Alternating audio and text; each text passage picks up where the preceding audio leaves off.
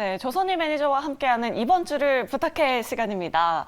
자, 일단 지난주에 소개해 주셨던 종목 리뷰부터 먼저 해봐야 될 것 같습니다. 성신양회인데요. 네.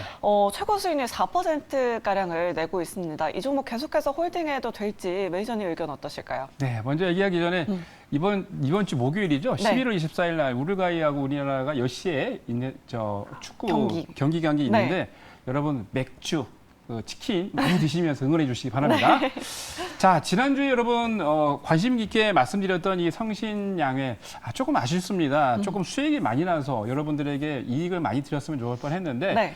사실 이 종목은 말씀드린 것처럼 베트남에 그리고 인도네시아에 이미 시멘트를 만드는 공장이 있습니다. 거기다가 싱가포르에서는 광물들, 시멘트나 광물들을 트레이딩할 수 있는 트레이딩 시스템에 자회사까지 배치되어 있기 때문에 이 시멘트 종목 중에서는 네옴시티에 아주 강력하게 관련이 있는 종목입니다. 거기다가 기본적으로 이 회사 같은 경우는 동양이 작년 12월에 6% 이상 지분 투자를 하면서 지분 이슈도 부각이 되고 거기다 얼마 전에 승계 구조를 다 끝냈기 때문에 징역 관련돼도 이슈가 되는 아주 관련이 있는 종목인데 성신양에 너무 이제 주가가 목표치는 도달하지 못했습니다만 말씀드린 대로 조금 중장기적인 안목으로 지켜보신다면 좋지 않겠나라고 생각이 듭니다. 성신양의 대표적인 네옴시티 관련주이다. 조금은 중장기적으로 바라보자라는 의견까지 이렇게 남겨주셨습니다. 자, 이렇게 지난주 종목 리뷰까지 해봤고요. 이번 주에도 어떤 일정들이 있는지 하나하나 확인해 보도록 하겠습니다. 지난주에 G20 회의, 에이펙 플러스 회의 등이 있었다면 이번 주에도 또 굉장히 많은 이슈들이 예정돼 있는데요. 일단 FOMC 의사록이 공개되고요. 또 우리나라 국내 금통위도 예정돼 있습니다. 또 미국에서는 블랙 프라이데이도 예정돼 있는데요. 월요일 일정부터 하나하나 체크해 보도록 하겠습니다. 코스닥 글로벌 세그먼트 기업 이 지정제도가 시행이 됐습니다, 매니저님. 네, 코스닥 맞습니다. 기업 내에서 굉장히 많은 기업들이 포함이 됐는데요. 어떤 이슈일까요? 네, 코스닥 시장 내에서 실적이 좋은 회사 네. 그리고 기업 가치가 저평가돼 있는 회사, 시장 평가 봤을 때 상당히 긍정적인 회사들을 시그멘트 기업으로 넣고 이 회사들에 대해서 기업이 또 거래소가 지원을 해준 그런 정책입니다. 네. 보통 대상 기업 같은 경우는 코스닥 종목들이 많은데 이 기업들에 대해서 앞으로 세그멘트 글로벌 IR을 개최를 하고요. 그러니까 다른 외국계 투자사들이 많이 와서 이 IR을 참석을 하겠죠. 거기다가 국무공시로 되어 있는 걸 영문으로 이제 번역하는 서비스와 함께 상장 수수료 그리고 연부과금에 관련된 거를 제외를 해줍니다. 그러면 상당히 이 기업들에 대해서 도움이 많이 되겠죠. 그래서 이 세그멘트, 글로벌 세그멘트 기업에 들어가는 회사들 여러분 관심 있게 지켜보시기 바랍니다. 네, 이 세그먼트 편입 기업에 에코프로비엠, LNF, 펄어비스, 카카오게임즈 등이 포함되어 있는데 그럼 이 제도가 코스닥 업종을 조금 더 지수를 좀 올리는 데도 좀 도움이 될까요? 매장님? 그렇죠. 그 종목들이 이제 코스닥에 상장되어 있는 지수와도 관련이 돼 있는 종목들인데 네.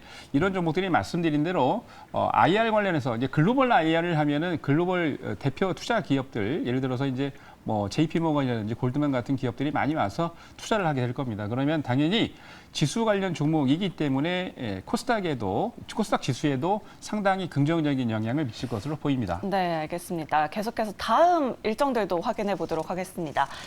유튜브 프리미엄 가족요금이 $5 정도 인상이 된다고 합니다. 체크해 보시면 좋을 것 같고요. 다음으로 화요일 일정도 확인해 보도록 하겠습니다.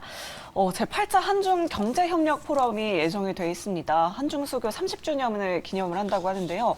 매니저님 어떤 이슈들 좀 예상해 볼 수 있을까요? 금년이 중국과 수교를 한 30주년이 되고 있는 거죠. 네. 기본적으로 이제 여기에 포함되어 있는 기업들이 많이 있습니다. 특히나 양국에 있는 기업들뿐만이 아니고 지방자치단체까지 여기에 소속이 돼서 공동 관련해서 투자 관련 프로젝트를 진행을 하고 있는데 특히나 이번에는 새로운 믿음 그리고 새로운 공존이라는 주제로 그 중국과 우리나라 기업의 300개 기업 이상이 참석을 해서 이 프로젝트를 진행을 한다고 합니다. 그러면 당연히 지금 우리나라와 중국과의 관계가 조금 서운한 관계이긴 한데 이런 프로젝트를 진행을 하면서 양국과의 관계도 좋아지고 투자도 많이 늘어날 것 같습니다. 그러면은 이렇게 포럼에 관련된 기업들을 여러분 조금 찾아보시고 모니터링 하시는 것도 투자에 도움이 되지 않겠나라고 생각이 듭니다. 네, 알겠습니다. 계속해서 다음 일정도 확인해 보도록 하겠습니다. 해리 스페이스 부통령이 필리핀 팔라완 섬을 방문할 예정이라고 하는데요. 중국과 필리핀의 분쟁이 있는 지역이기도 합니다. 이 미국 부통령의 방문으로 이 미중 관련해서 또 분쟁이 있을 수 있으니까 관련주들 참고해 보시면 좋을 것 같고요. 계속해서 수요일로 넘어가 보도록 하겠습니다. 윤석열 대통령 제1차 수출 전략회의 주재가 예정돼 있고요. 계속해서 FMC 의사록이 이날 발표가 됩니다. 아무래도 FMC에서 어떤 내용들이 오고 갔는지 이날 좀 자세하게 확인해 볼 수 있을 것 같은데 시장도 관련해서 좀 출렁거릴 수 있을까요, 매니저님? 네, 그렇습니다. 근데 그렇게 이제 조정은 많이 없을 것 같고요. 네. 그때 그 10월 달에 여러분들 FOMC 의사록을 보시면 이런 얘기가 있었습니다. 단기적으로 너무 이제 그 금리를 많이 올려서 시장이 조금 과부하 걸리지 않느냐 그런 얘기가 나오면서 단기적으로 이제 호재가 됐구나 또는 피벗 관련 이슈가 부각이 되면서 그때 단기적으로 미국 증시도 랠리를 했었는데 그 다음날 바로 연준의 파월 의장이 그럼에도 불구하고 아직까지는 75베이스 포인트 쉽게 얘기해서 이제 자이언트 스텝을 계속 해야 되지 않을까 아직 금리 인상 시기가 끝나지 않았다는 이슈가 교차가 되면서 주가가 왔다 갔다 했습니다만 이번에는 한 50베이스 포인트 정도, 그러니까 쉽게 얘기해서 이제 빅스텝 정도에서 끝나지 않을까라고 생각이 들고요. 너무 왜냐하면 미국 같은 경우도 아직도 소비자 물가 지수나 지표에 대해서 관련 있게 모니터링을 하고 있기 때문에 그런 관련 이슈들이 부각이 되면서 제가 보기에 금리를 그렇게 많이 올릴 것 같지는 않습니다. 이번에 수요일 날 공개되는 내용들 참고하시고요. 그리고 이제 12월 중순경에도 또 FOMC가 또 진행이 되는데 그때는 조금 더 지금보다는 조금 낮은 금리 인상을 하지 않을까라고 예상이 됩니다. 네, 알겠습니다. 어떤 의견들이 오고 갔는지 자세하게 짚어보시면 좋을 것 같고요. 자, 계속해서 목요일 일정도 체크해 보도록 하겠습니다. 국내 금통위가 이날 열립니다. 지난번에 빅스텝을 단행했었지 않습니까? 그렇죠. 이번에는 0.25를 예상하고 있긴 한데 두 번 연속 빅스텝도 생각하고 있다라는 의견들이 있더라고요. 그런 의미도 있긴 합니다만 네. 지금 환율이 너무 이제 1,400원대 이상으로 슈팅 나왔다가 지금 1,300원대에서 조정을 하고 있는데 이 환율이 너무 급등락이 심하기 때문에 증시에 또는 금융에도 많은 리스크가 있고요. 거기다가 레고랜드 사태 때문에 지금 채권 관련해서 네. 왜냐하면 이제 금융 같은 경우는 신용이 우선인데 신용 관련해 가지고 너무 리스크가 많습니다. 그래서 이것 때문에 기준금리를 25베이스 포인트, 쉽게 얘기해서 요거를 이제 그 베이비 스텝이라고 그러는데 25베이스 포인트를 올릴 가능성이 높습니다. 그래서 이번 금통위에서 목요일이죠. 금통위에서 금리 인상에 대해서 너무 여러분 스트레스 받지 마시고 네. 금리 인상을 아마 천천히 하지 않을까라는 전망을 하고 있습니다. 네, 과연 이 한국은행의 결정 어떻게 될지 자세하게 지켜보시면 좋을 것 같고요. 24일은 미국이 추수 감사절로 휴장이라는 점도 꼼꼼하게 체크해 보시면 좋을 것 같습니다. 네, 마지막으로 금요일 일정도 체크해 보도록 할게요. 우리금융 이사회가 이날 개최되고요. 미국에서는 이제 블랙 프라이데이가 개최가 됩니다, 매니저님. 블랙 프라이데이 하면은 대표적인 이 소비 행사이잖아요. 그렇죠. 근데 앞서서 중국 광군제도 굉장히 조용하게 지나갔는데 블랙 프라이데이도 좀 좋은 성적을 보여줄 수 있을지 걱정이 됩니다. 한편으로는. 미국의 블랙 네. 프라이데이는 좀 관심을 가져도 좋을 것 같습니다. 보통 이제 블랙 프라이데이는 추수감사절이 끝난 다음부터 크리스마스, 성탄절과 함께 연휴까지, 신년까지 이어지는 그런 좀 장기간 동안 한 달 넘게 진행이 되는데 보통 뭐 잘 아시겠습니다만 블랙 프라이데이를 시행을 하면 이때 대규모 빅세일 행사를 합니다. 그러면서 전체적으로 특히 이제 유통업계에서는 이 기간 동안에 전체 매출의 20% 이상, 많게는 한 25% 이상이 매출에 잡히고 있기 때문에 관련 종목들이 지금 월마트라든지 굉장히 큰 기업들이 유통 매출과 영업이익이 안 좋아서 지금 주가도 별로 현찮은데 제가 봤을 때는 이번에 블랙 프라이데이는 중국과 다르게 조금 많이 매출이 나지 않을까라고 기대해도 좋을 것 같고요. 네. 관련 있는 종목들과 함께 말씀드린 유통업체들 좀 관심 있게 지켜보셨으면 좋겠습니다. 네, 유통업체도 굉장히 많은 업종들이 있잖아요. 내수를 하고 있는 업체보다는 좀 수출하는 업체를 좀 눈여겨보는 게 좋을까요? 그렇죠. 예. 그런 종목들이 많이 있으니까요. 네. 예, 관련 종목들 관심 있게 지켜보셨으면 좋겠습니다. 그럼 우리나라 국내 유통주 같은 경우에는 그럼 전망을 어떻게 좀 보는 게 국내 좋을까요? 유통주 같은 경우는 예전에도 이때 이제 코로나 때도 그랬죠. 네. 코로나 때 같은 경우에도 굉장히 유통 쪽에서 실적이 안 좋을 거라고 했음에도 불구하고 여러분 잘 아시는 신세계라든지 관련 뭐 이마트라든지 관련 회사들이 매출이 상당히 좋았습니다. 왜냐하면 코로나 사태로 바닥을 찍고 난 다음에 계속 점진적으로 매출과 영업이익이 좋아졌거든요. 그러니까 제가 봤을 때 우리나라 같은 경우에도 유통주가 앞으로 매출과 영업이익이 지금은 이제 조금 전보다 작년보다는 조금 줄어들긴 했습니다만 좀 좋아지지 않을까라고 생각을 하고 있습니다. 그래서 뭐 심지어 그 편의점 관련 종목들은요 네. 이미 바닥을 찍고 계속해서 우상향을 하고 있습니다. 그래서 그런 편의점 같은 종목들도 괜찮을 것 같고요.